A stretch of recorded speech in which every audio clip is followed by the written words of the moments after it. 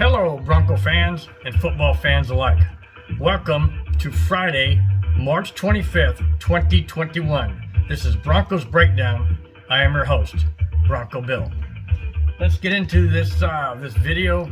I need to start out with obviously some sad news. We all know what happened in Boulder on Monday. A tragic situation that took 10 innocent lives, including a police officer.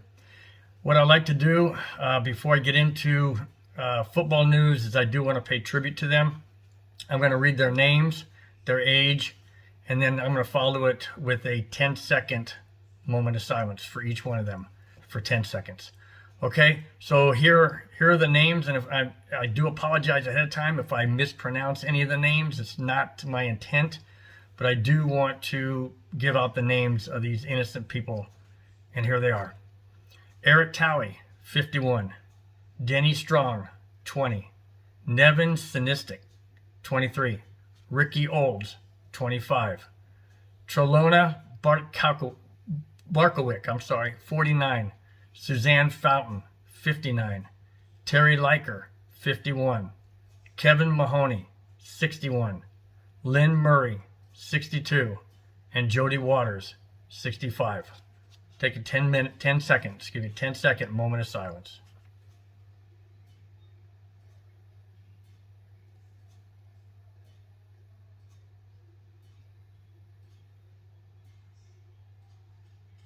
Thank you, guys. Appreciate it.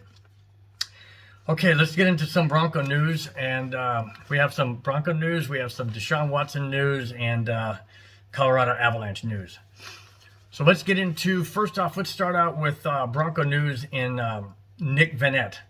Now, Nick Vannett, Bronco tight end, was released earlier in the week. And it didn't take long for him to get onto another contract. In fact, it was actually it was 1 day later. But the Broncos did reclaim, or I should say, they did save $2.68 million for the 2021 season by letting Nick Vannett leave. Now, Vannett's strongest suit was his run blocking or his pass blocking. He's a great pass blocker and run blocker tight end. But apparently the Broncos wanted to go in a different direction. He wasn't really used all that much other than blocking. He did make a few catches. He did get some yardage. He did get a touchdown last year, but he wasn't really instrumental in the pass game and the pass receiving game and the yardage. But apparently the New Orleans Saints felt that he is good enough to be on their roster. And not just for 1 year, guys. They signed him for a 3-year deal. Now, the money wasn't disclosed, but the length of it was, and it's a 3-year contract with the New Orleans Saints. So he does go to a very powerful team. Now, they don't have Drew Brees anymore. He retired, but they have that very, very mobile quarterback in Hill. And so I really feel that Nick Vannett's going to fit in really well there. So it's a great fit for the New Orleans Saints, and I wish him well. Kareem Jackson. Well, when Vannett left, Kareem Jackson, he did come back on a team-friendly contract. Again, the terms were not disclosed on this one. Length of time was only, I believe, a year. They brought him back. But I do know that they did get a reduced amount of salary that they're paying him.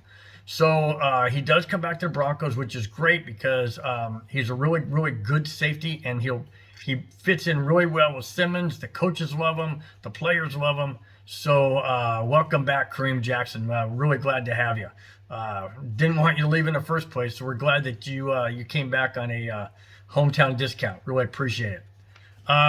Now let's get into some news that is George Paton. Now, George Paton, you remember in previous videos that George Paton is looking to solidify and push Drew Lock at quarterback. Well, today he was at the pro camp for a number of quarterbacks. In fact, he was there for Zach Wilson. I believe it's Zach Wilson from BYU, and he was scouting him out. However, on the heels of that, or I should say previous to him going out there, and also on the heels, the Miami Dolphins have made a trade with the San Francisco 49ers. Now, the Dolphins have the number 3 pick, but the Dolphins traded out of that pick down to number 12 and gave San Francisco the number 3 spot.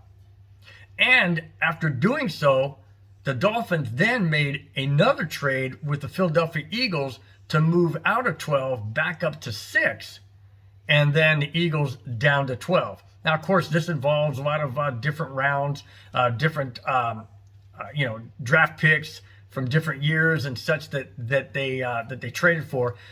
But the main emphasis I'm trying to imply here is that they did that to jump over the Denver Broncos. And by jumping over the Broncos, which are number 9, they are trying, in essence, to get their quarterback and to keep the Broncos from possibly even getting Fields. There is speculation that their quarterbacks are going to go 1, 2, 3. If that's the case, obviously, that the Titans get their guy, or Jacksonville, I should say. I'm sorry, Jacksonville Jaguars get their guy. The Jets get their guy, and then the Dolphins, who were 3 that went to 6, will now give the 49ers the third choice. But the Dolphins, being at 6, they could pick up Fields or anybody else that's left over, thereby shutting the Broncos out. Now, George Paton did say, however, that he is still looking for a veteran quarterback. Well, that brings me to Deshaun Watson, that we all know that George Paton has had his eye on. Well, we know Deshaun Watson now has possible legal issues involving lawsuits from women that are accusing him of sexual misconduct or alluding to sexual innuendos, that kind of thing. But there is news on Deshaun Watson that is even more of a darker picture. And it's not just 10 allegations, it's now 16 lawsuits from 10 different women. And they're accusing him of sexual advance, and the allegations range from crude sexual advancements to criminal advancements.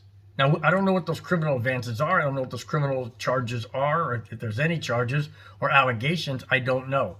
That hasn't been brought to the forefront. What has been brought to the forefront are the crude sexual advances.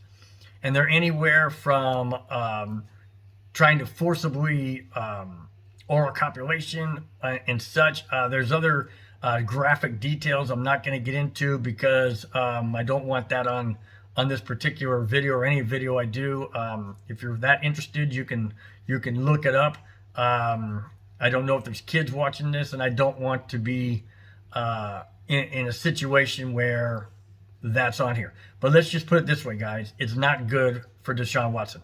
Not at all. Now, if these allegations are proven to be false or made up or in collusion in cahoots with other massage parlors or women that are wanting to jump on the bandwagon to get some of his money, well then okay, he'll be exonerated. But this stigma is going to stick with him, just like all stigmas do. Most stigmas are negative that stick with you. Some positive, yes, but not too many. Most of them are negative. And unfortunately, for Deshaun Watson, in the prime of his career, these allegations are being brought to the forefront. And I cannot imagine that any team would take a chance on trading for him, because you know the trade's going to be extremely high in what you're going to have to give up to get him. So I can't imagine any team, and heaven forbid, hopefully the Denver Broncos do not go after Watson. I wanted him earlier, but that was obviously all before any of these possible allegations. And like I said, even if he's acquitted or not found to have any involvement whatsoever, it's still a stigma. It's still out there. It's still in the people's head. And, you know, I'm just one of those type of people that don't want to take chance on muddied waters. And this is very, very muddy waters. And I would really hate to see the Broncos go down this road. I really don't want that. There is rumor and speculation that Darnold, Sam Darnold out of New York, is going to be available because the Jets are primed at number 2 to take a quarterback. So if Sam Darnold is out there and is a free agent or the Jets are looking to trade, I'd rather go that route. I'm not a big, huge Sam Darnold fan, but at this moment in time, I am definitely not a Deshaun Watson fan. So I'd rather take my chances with Sam Darnold as the veteran quarterback to come in and hopefully push Drew Lock. Okay, guys, that takes me to my last point, and my last point being the Colorado Avalanche. And again, I got the hat on. The Avalanche are now tied with the Las Vegas Golden Knights after beating the Knights last night 5-1. It was a very, very physical game by two teams that don't normally like to hit each other, don't normally like to, bang players against the boards and be physical. There was some pushing and shoving later in the game. There wasn't any 5-minute fighting or game misconduct or any of that nature, but there was some pushing and shoving and some definite no love lost between these two teams. Absolutely no love lost. Now, they are tied in points. They both have they're both tied with points. I didn't write it down. I do believe the points are 43, if I'm not mistaken. I could be wrong on that. Don't quote me on that. I don't have it in front of me. I'm sorry, guys. But they are tied in points. However, the Golden Knights hold a game in hand. They played one less game than the Colorado Avalanche. So technically, they are percentage points in first. But in all due respect, when you look at the standings, the points are identical. Now that brings me to tomorrow's game. Tomorrow's game is a afternoon matinee game. It starts at 12 noon Pacific, 1 p.m. Mountain Time. That is for the outright first place. Now, if the Avalanche win, obviously they'll have 2 more points than Vegas. If they lose, obviously they'll be 2 points back. And remember, the Knights still have a game in hand over the Avalanche. So we need this win tomorrow. We need this win badly, not only to jump into first place by 2 points, but to assure themselves that they would have that advantage with the 2-point lead over Vegas and the fact that Vegas has a game in hand. Should the Vegas, with their game in hand, win and down the road, then obviously they would be tied. That's why it's so very, very important that the Avalanche win tomorrow. So mark your calendars, mark your times. If you're an Avalanche fan, watch the game. If you're not, that's okay too, but I'll definitely be watching the game. Well, that's it, guys. Thanks for watching. Thanks for subscribing. I really appreciate it. Enjoy your Friday. Enjoy your weekend. And we'll come back and talk to you next Friday. Until then, take care, guys. Talk to you then. Bye-bye.